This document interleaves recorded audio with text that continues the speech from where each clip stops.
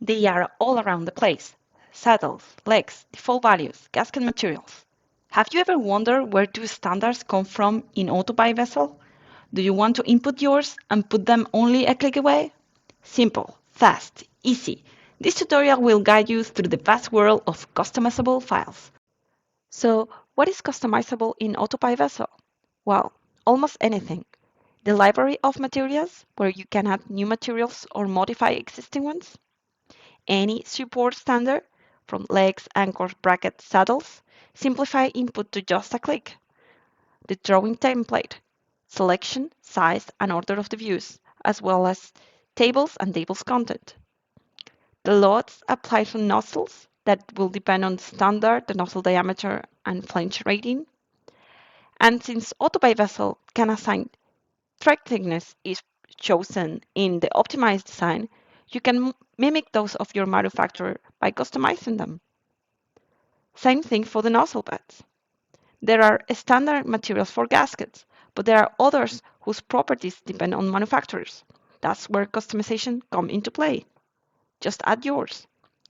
Reports in AutoPIPE Vessel are amazing, so adapting the first page, header and footer, to your company rules will make them right away a deliverable. Also, default values can be changed: initial thickness, installation weights, some maturation factors, and this is not even the whole list. The whole list can be found, of course, in the help, in the customizable files overview. Here you can find the link between the element and the name of the file that will be modifying in our customizable files manager.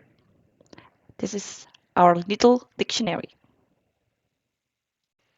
Where are these files located? Well, the first location is in the config folder from the default path defined in our preferences. In the program, you can find it going to the menu File, Preference, and in the Default Path tab, you can see that the Customizable Database Files path is mentioned. Also, an alternative way, whenever you are opening or saving a model, they also appear in the shortcut. If the customizable files are associated or exclusive of a project or a model, it is recommended to create a config folder beside the model or models that you want to be impacted. The only requisite is that the name shall be config. In this example, I have two AutoPIPE Vessel models beside a config folder. Here I have two files that are customized. The missing ones, the program will look for them in the default path from the first location. A third option is to select a different customizable data files path in the properties dialog of your model. We come back to our model. I double click in the background to open the vessel properties, and in the first tab, the design parameters tab, you can see the customizable database files path, which you can browse to select a config folder. How get your files customized? You have to modify the Excel table. Then you have to move to production to create and synchronize your MSD file, so both have the same name. And last but not least, do a backup copy and, of course, share it among your organizations so that they don't have to do the same thing. As an example, let's modify the default material library. That's an option that appears in any material tab as a shortcut for material assignation. Depending on the group and the element you choose, the material will change. That way you save time. Press OK, then look for the year in the toolbar or go to the menu Execute, Manage Customization Files. Both land to the same dialog. Then you click on the Choose File, and as per the dictionary I mentioned at the beginning, I shall click on DevMat and say Open. It automatically opens in Excel. The first tab is called Information. Here is always explaining you how to fill the rest of tabs. In this case, he's explaining what is going to be the acronym for the different material origins. In the second tab, I have found the actual table. You can see that the groups appearing here in the same order as will appear in the user interface.